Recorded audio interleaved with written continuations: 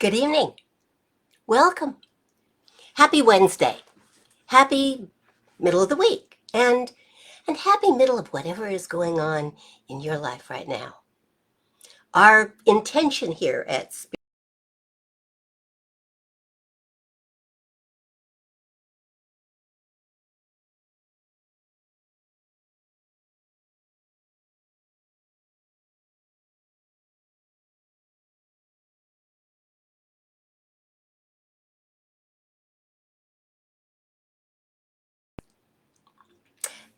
I like to think that this is a kind of spiritual clinic that will help you feel better if you're feeling bad and will help you feel even better if you're already feeling fine. And we can function as a spiritual urgent care if that happens to be what you need on any given Wednesday night or Sunday afternoon. I'm often asked, since we're clearly not traditional, if we believe in God. Yes, yes. And then I'm generally asked just what it is that we do believe. And so here it is in a nutshell. We believe that there is a creative, motivating power in the universe. Call it what you will.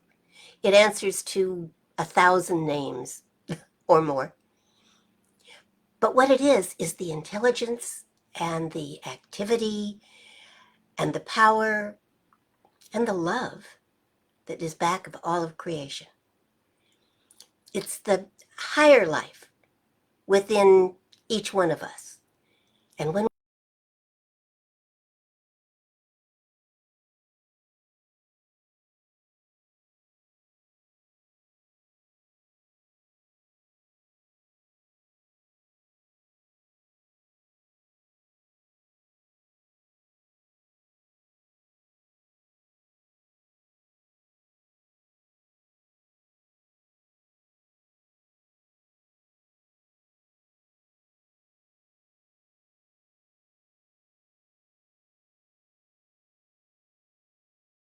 for the holidays this year, because the world's already spent a whole lot of time thinking about what they aren't grateful for and what they're not going to do and what they can't do, and I think it's time to change that. But to set the tone for the evening, I'd like to go straight into what it is I want to talk about this evening, because I think it's timely and I think it's important. And if you don't mind holding on for just a little bit longer, I'll just jump in and do this, and then we can talk when the talk is over. Does that sound like a plan? Good. All right, then. Let me start here. And I think we're going to have a little fun tonight. I'm going to have a little fun tonight. I hope you'll join me and have some fun. So, the other day, we were out front talking to our neighbors about their visit to their daughter who is studying in Paris this year. So they spent the Thanksgiving holidays in Paris, and they had the most wonderful time. They saw far more than I can even get my head around during their whirlwind trip to the City of Lights. They seem to have loved every minute of it and savored every bite. And the wife wanted to just stay and live there, which I understand perfectly because it's exactly how I felt on my first trip to France. They said that they took their time and that the only place they really rushed was at the Mona Lisa exhibit at the Louvre because it was so densely crowded with school groups and tourists and many who were not wearing masks. And well, Mona Lisa or no, it just didn't seem right to be, given the pandemic, to be in the midst of any kind of a crowd, even for Mona Lisa's sake. All of which, in our conversation with our neighbors, led to us telling them about our trip to the Louvre. Now, Cax lived in France for a year of her life, for which I will always be jealous. Um, But it was my first trip, and we were sitting in a little cafe in Paris, enjoying a real latte in Paris, when a bus went by. And I was reading what it said on the side of the bus, and I said to Kat, does that say what I think it says? Because having lived there, her French is far superior to my pretty pathetic attempts at high school French. I said, I think it says that there is a chocolate exhibition at the Louvre. You're right, she said, and we have to go. So we did. It was pouring rain that day, and we were kind of grateful for anything that was going to take us out of the rain. So the Louvre sounded like a really good idea. Now, in support of transparency, I have to tell you that I am only slightly embarrassed to admit that after a lifetime of waiting to see her, when I finally got to the Louvre, where Mona Lisa actually lives, I never did see the original. I actually still have it.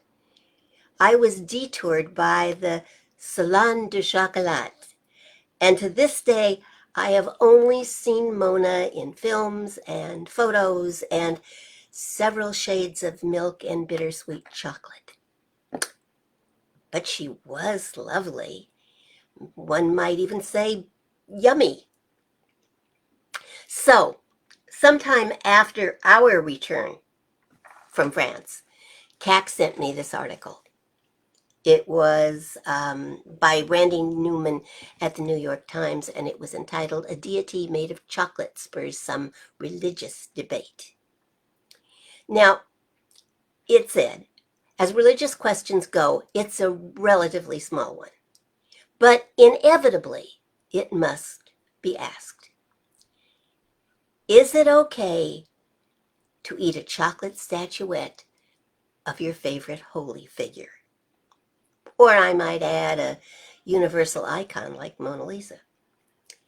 The matter arose recently at Bond Street Chocolate, the article goes on, a bite-sized East Village boutique that traffics in intricately designed figurines of Jesus and Moses and the Buddha and the elephant-headed Hindu god Ganesh. An organization called Universal Society of Hinduism has issued a demand. Upset Hindus, they said, urge withdrawal of Lord Ganesh-shaped edible chocolate. That's how the Society's news release read. The owner of the chocolate store, Linda Stern, was I'm having trouble talking tonight, bear with me, was puzzled for more than 5 years. She has been selling the gold-dusted Ganesh and his shelf mates, beside passion fruit bonbons and chocolate-coated wasabi peas, with barely a whiff of controversy. In the release, the Society's president, Rajan Zed, wrote that Ganesh, the remover of obstacles, was highly revered in Hinduism and was meant to be worshipped in temples or home shrines and not to be eaten casually. The chocolate statues, he wrote, were an insult to Hindus. Mr. Zed, a former Postal Service supervisor in Reno, Nevada, and the Society's only full-time staff member, is a frequent critic of the non-religious use of Hindu imagery. He has taken on an Australian brewery whose ginger beer label shows Ganesh and the goddess Lakshmi. He challenged the Brooklyn Museum over a mural depicting the deity Kali and persuaded Urban Outfitters to stop selling a Ganesh duvet cover. But Mrs. Stern at the chocolate shop, whose 3-inch tall Ganesh sells for $15, has no intention of desisting. All spiritual icons are treated equally in my shop, she said, with honor and respect to the religion. And it turns out that whether the statues offend the devout depends on whom you ask. We Hindus look at the universe as eternal and God Almighty as one, said the president of the Hindu Temple Society of North America in Queens, which says it is the country's largest Hindu temple. So it should have some clout. So we would not say that the Lord resides only in a little piece of chocolate. It's more like when they eat it, the Lord comes back to us. He is within us. She added, our own Indian children would love to have some candies like this. The store's Divine Collection also includes a 4-inch high Virgin of Guadalupe, which sells for $18. The Reverend Santiago Rubio, pastor of the Church of Our Lady of Guadalupe in Chelsea, was not pleased to hear this. We consider statues and images as sacred objects that help connect with the divine or the supernatural, Mr. Rubio said. Reverend Rubio said. So to transform them into merchandise, candy to eat, I don't think is the best way to go. It's just business for these people. But a spokesman for the Roman Catholic Archdiocese of New York, Joseph Zwilling, recalled a Catholic organization's dinner at which guests were given white chocolate Virgin Marys. I don't think there's anything inherently sacrilegious about it, Mr. Zwilling said of Miss Stern's Jesus Treat, which is cast from a dashboard ornament. It's the intention of the person making it that matters.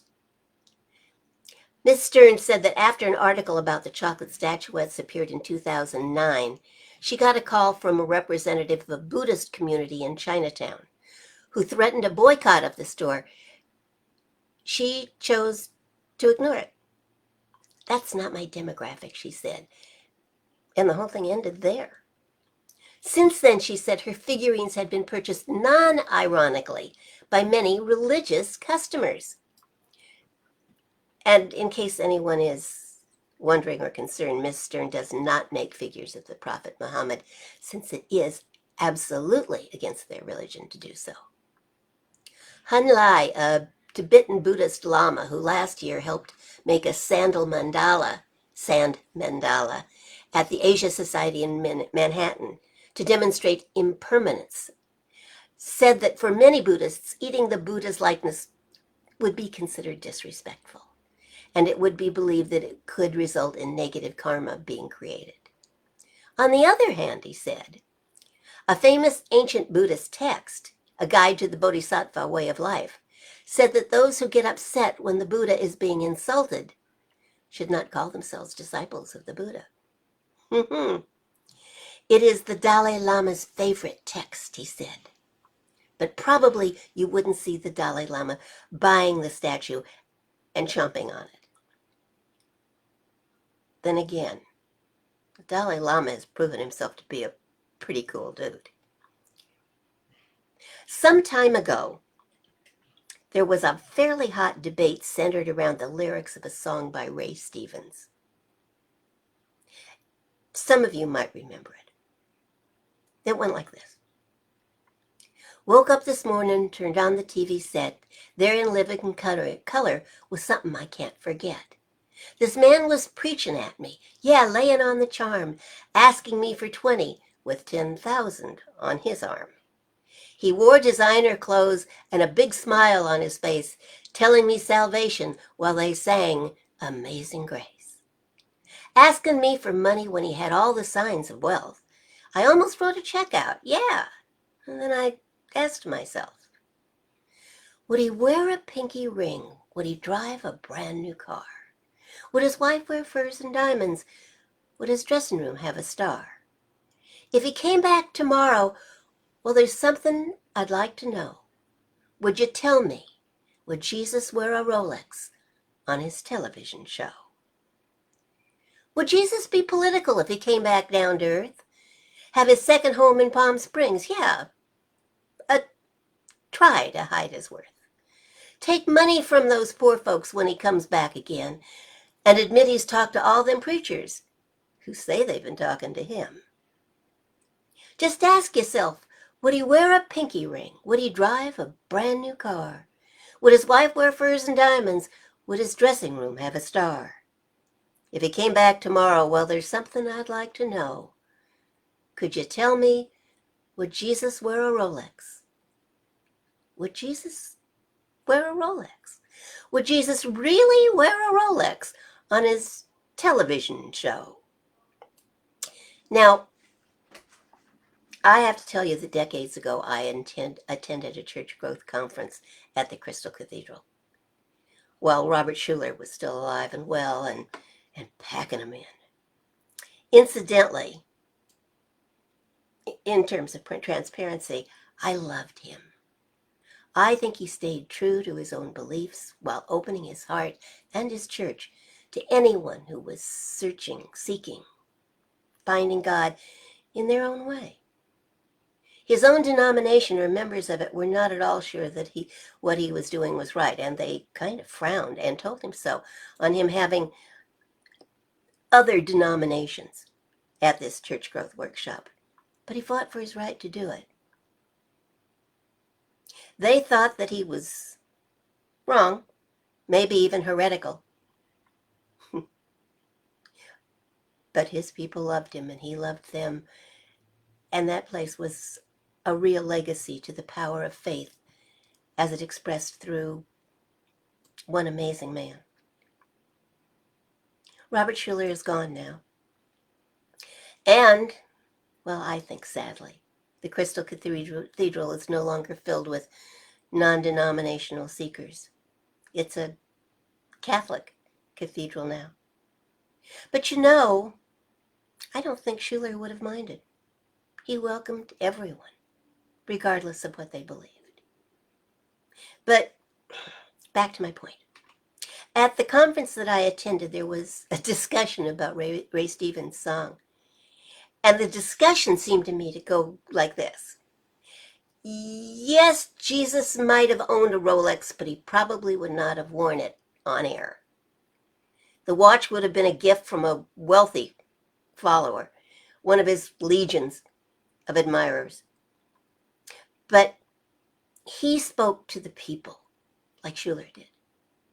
And the people might not have understood what he was trying to say if they were blinded by a Rolex.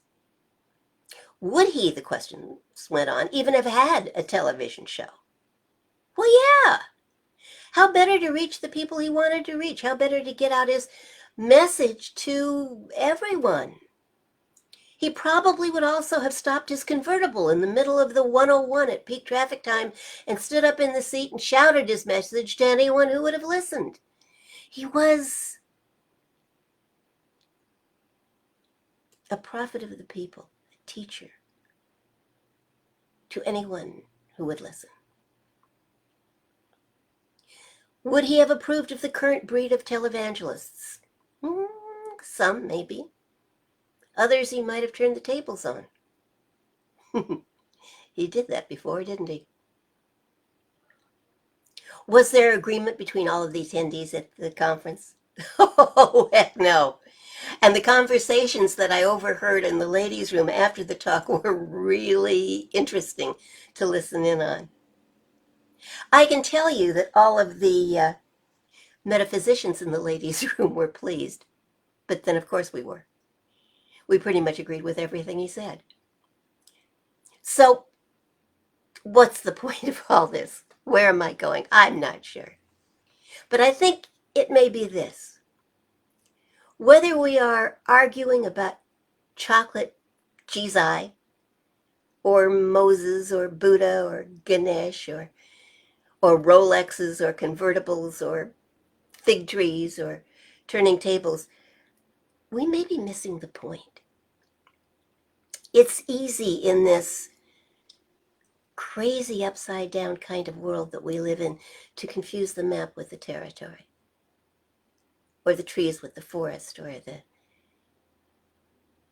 teacher with the memories of the followers.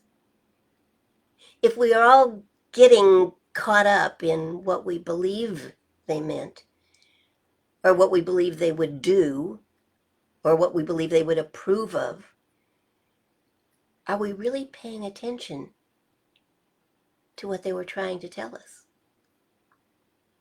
to what they wanted us to learn, which I think was not a set of rules or doctrines, but a way of life? Are we confusing the actions of the enlightened with the enlightenment of their actions and words?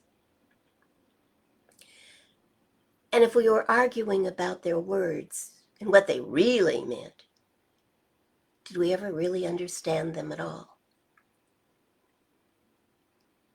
I think I owe the following quote to Dana, who posted it on Facebook, unless it was Jennifer who posted it, in which case I will just owe you both a big thank you. It's from James Martin from the Society of Jesus the Jesuits. He says, what Jesus never said: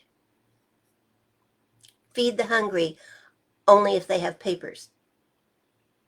Clothe the naked only if they're from your country.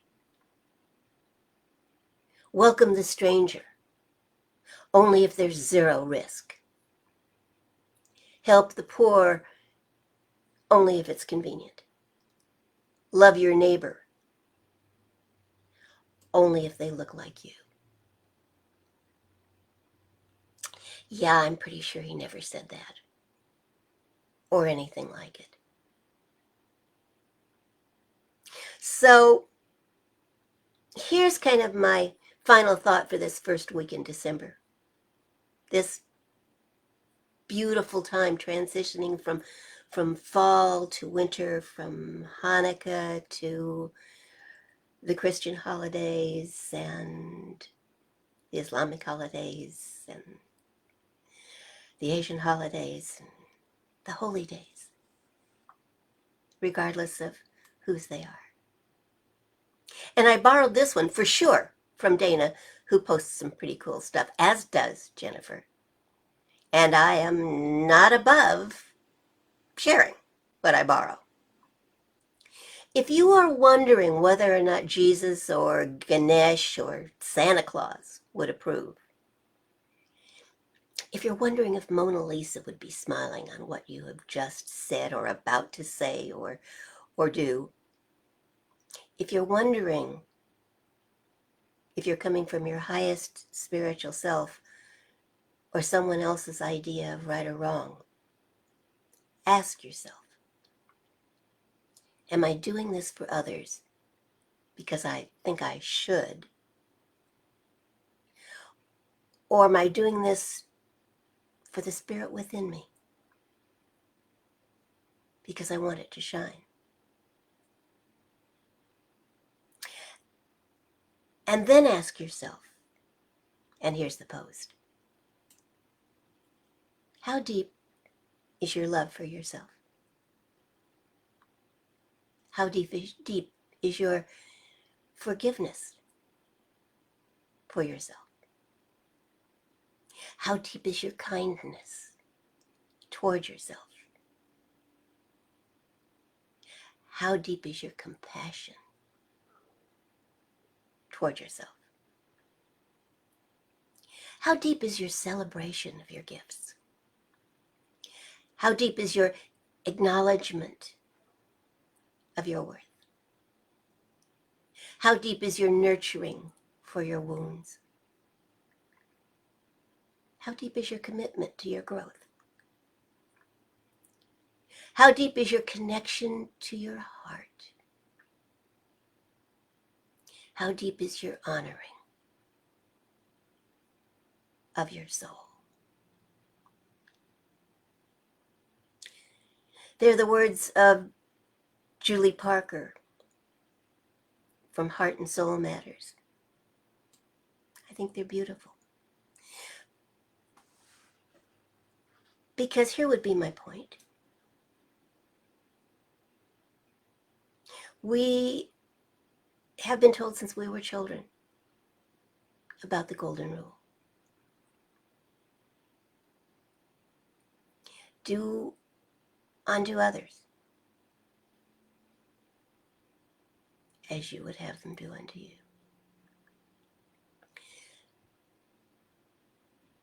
But what is it you would have them do unto you?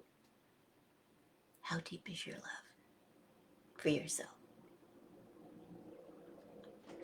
How deep is your forgiveness, your kindness, your compassion? How deep and wonderful is your celebration of your gifts? How deep is your acknowledgement of your worth? How deep is your acknowledgement and your nurturing for your own wounds? How deep is your commitment to your growth? How deep is your connection to your heart and your honoring of your soul? When you can answer those questions positively,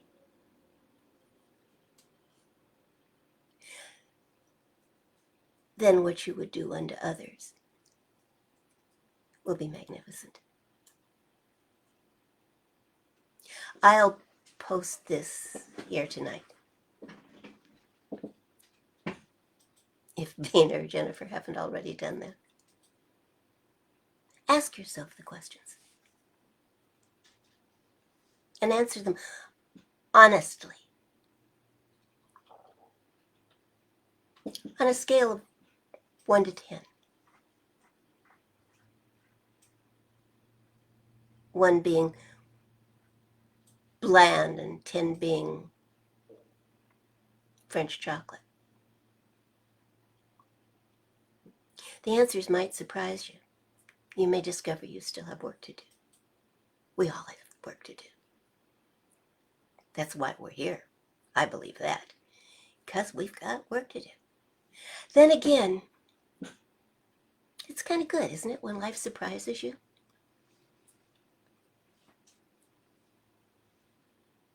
When Mona Lisa shows up in chocolate.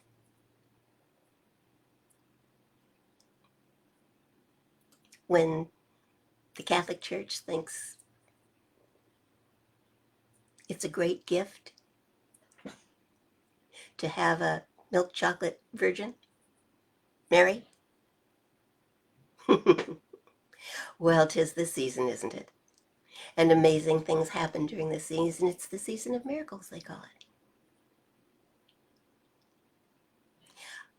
I would wish that for you.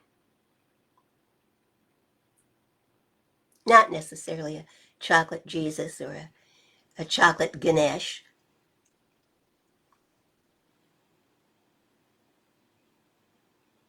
but the gift of joy.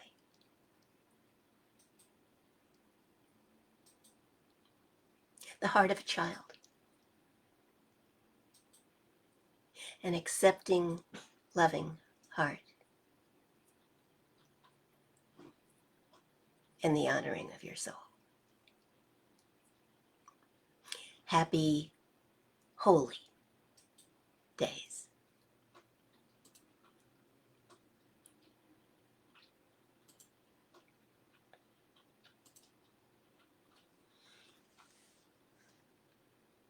So there we are. Now, some of you have heard some of that stuff before.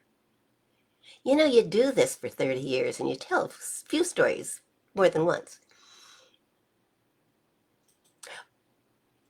But I love the Salon de Chocolat in Paris. I'll tell that story again and again, because every time I do, I get to relive it.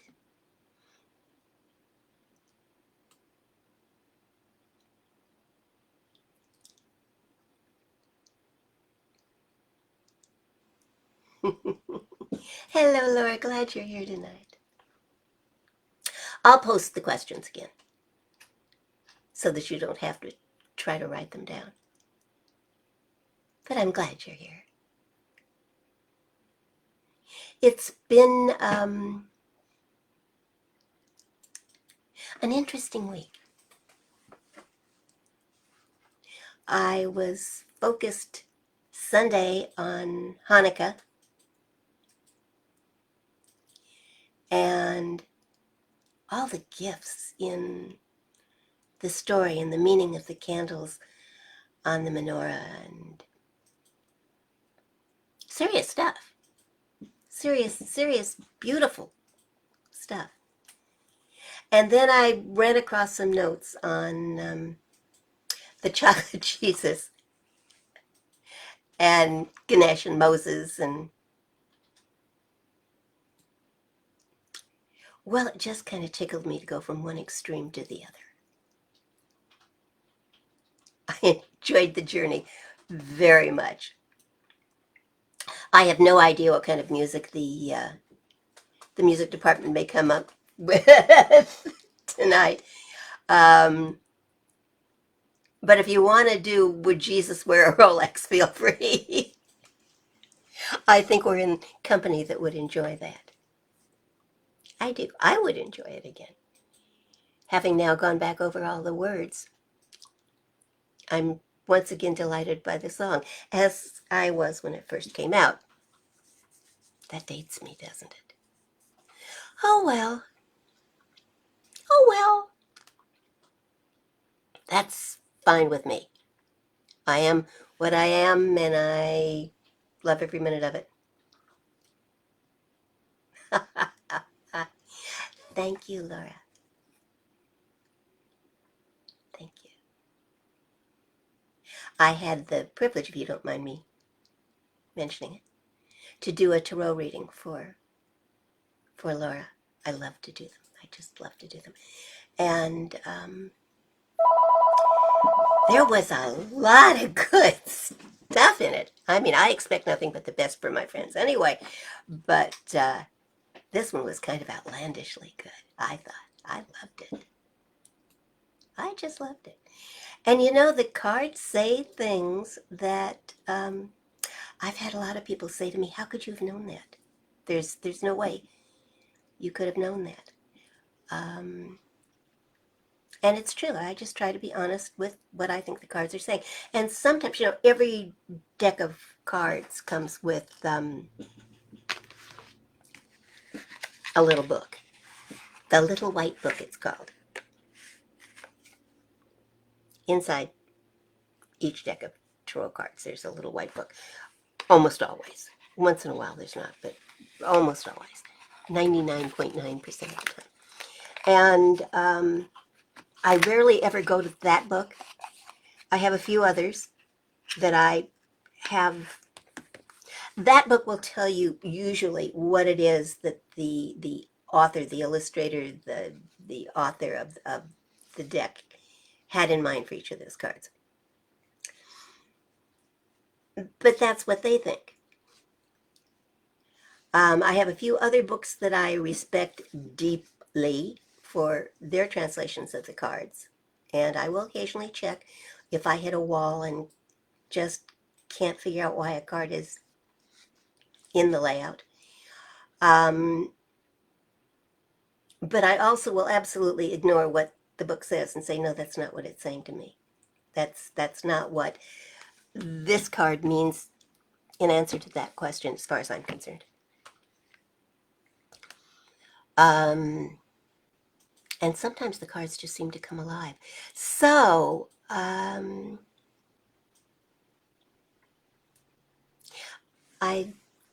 love doing readings because the cards seem to just come alive and speak to me.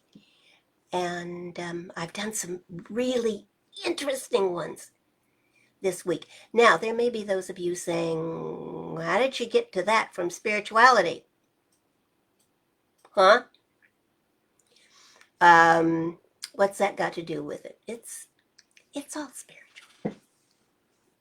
My belief is that this is a box with 78 cards in it, and they all have pictures on them, and those pictures at any given time seem to tell a story. I believe that we are all interconnected, that there is a spirit that lives within each and every one of us that is spirit, that is God, that is the creative motivating force of the universe. Call it what you will. And that it is within each one of us, and therefore we are all interconnected. We are all connected to one another, being of the same thing. We are just individualizations of spirit. Spirit said, wonder what it would be like to be Laura. I'm going to go be Laura and live Laura's life and have that experience. I think spirit just keeps wanting to express itself. And it expresses as me, it expresses as you, it expresses as Laura. And if we take the time, we can cut into that interconnectedness. If we take the time. And the tarot cards are just a method for doing that. The person asks the question or questions, and I focus my attention on those questions and draw cards blindly. I hold the deck upside down with the bases down. I don't know what I'm drawing until I turn it over. And then I interpret the pictures, the story that the cards tell me. And if that isn't spirit at work, I don't know what is. It wouldn't work without the interconnectedness. It wouldn't work without the spiritual background. I do spiritual readings because I've been a minister for over 30 years and I can't not do spiritual readings. I wouldn't know how. I'm not a psychic, although I think we are all somewhat psychic to the extent that we allow ourselves to be. Anyway, that's that. We are all spiritual beings having a human experience. Oh, I do believe that.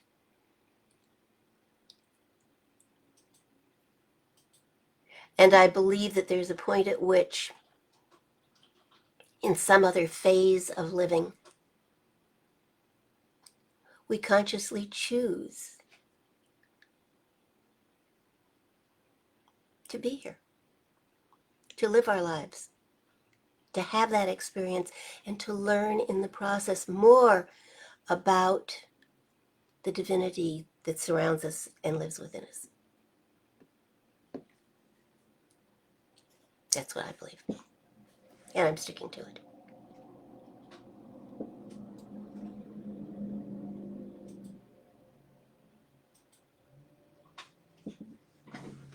It's all spirit.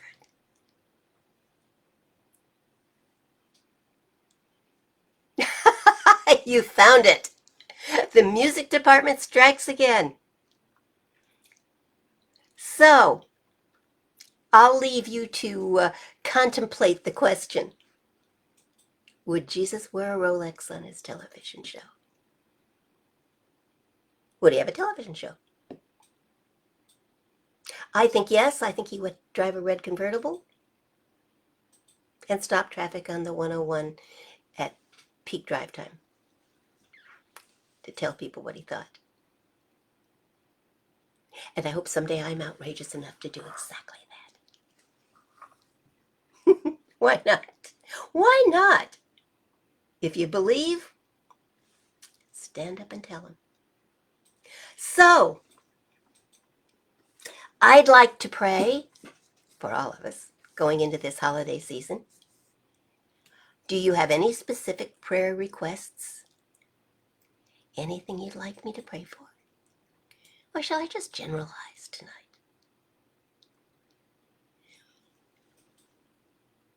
I'm going to ask you to close your eyes if that's comfortable for you. Or just soft focus. Or focus on something beautiful. Something that is meaningful to you. I often use this labyrinth, which was a wonderful gift. Thank you. To focus my attention. A candle is good. A flower is good. If it's light out while you are listening to this, sometimes just looking out at the skies is a wonderful way to focus your attention. The whole idea is to let your attention go within to where the truth about you lies and not be distracted by stuff. So find a way to not be distracted. Go within. Take a breath. Whatever kind of breath your body requires right now. If it's the end of the day, perhaps a nice, deep, relaxing breath. Sometimes your body just wants a gentle little breath. Pay attention. What would your body like?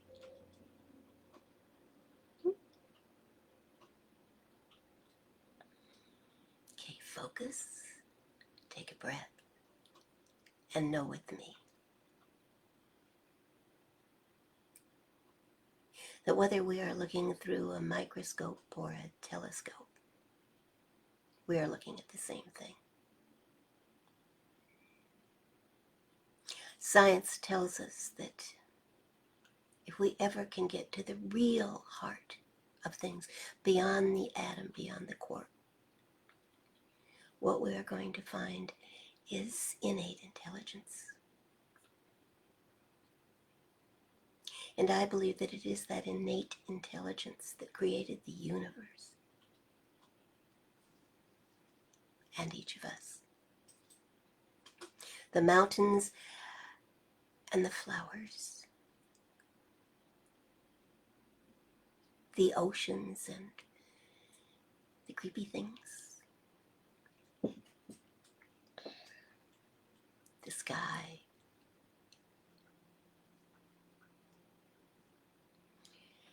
and the air that we breathe that guarantees our existence. Call that God, call that spirit, call it the force. I don't think it cares what we call it. It's bigger than that. It won't be offended if we call it George. It has been many Georges. It will be more.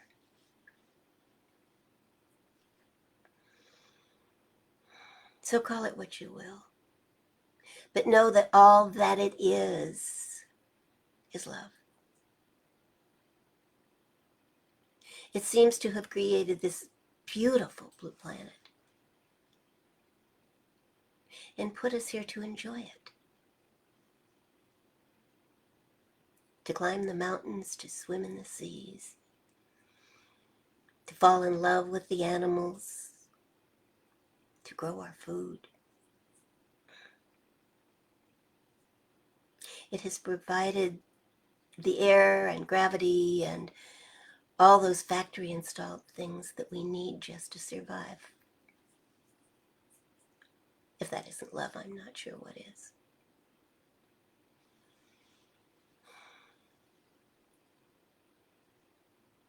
It has taken many forms and it will take many more. And all that it is good, powerful, wise, loving, amazing, wondrous. And in this holy season, we celebrate its presence by whatever name, in whatever form. It speaks to each of us in a way that we can understand it, grow to love and appreciate it.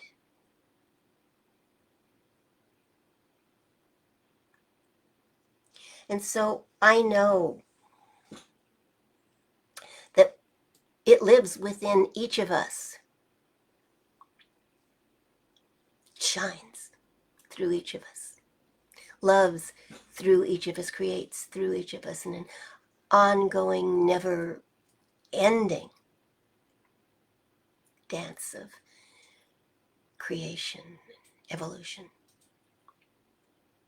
And so I know what speaks to our hearts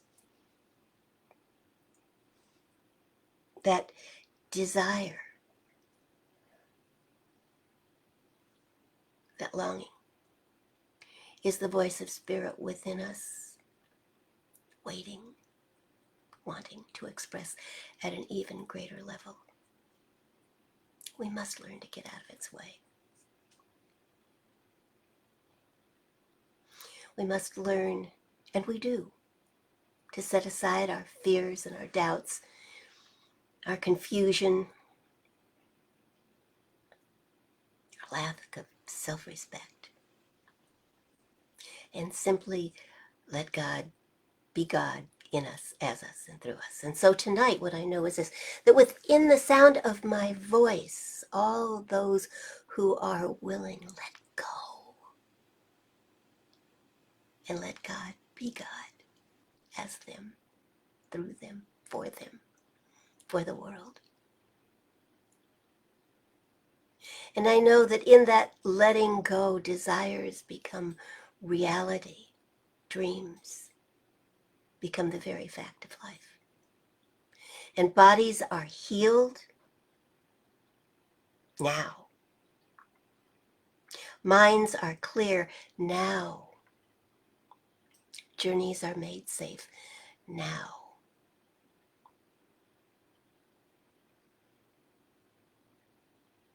That within the sound of my voice, healing happens, love happens, joy happens, simply because we proclaim it. And I am so terribly grateful for the presence of God in and through each and every one of us, and for the miracles that are wrought by that presence. Grateful, grateful, truly, truly grateful. And I simply get out of the way and let God be God. As me, as you, as us, individually and collectively. We are the God Squad, and we let that be so. And so it is.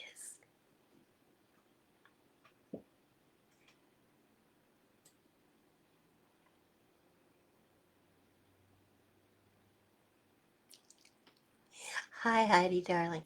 Listen to the replay, sweetheart. You'll love it. I know it. This is your kind of thing. Thank you, Laura, for being here. Thank you, anyone who's hanging around in the background, not acknowledging that they're here, but listening nonetheless. You don't have to speak up. It's just fun when you do. Have the most wonderful evening. Enjoy the miracles that are happening in your life. Heidi, I know you are. And Laura, hang on, honey. I wish you all the greatest evening, the most wonderful week, and a sweet, sweet life. Know that wherever you go with God, because you can't go any other way. Don't forget to listen to our closing song, and I will post the questions, and, well, I'll just post a couple of things. So look for them in a couple of minutes, and listen to the closing song. And I love you, and I'll see you on Sunday. God bless.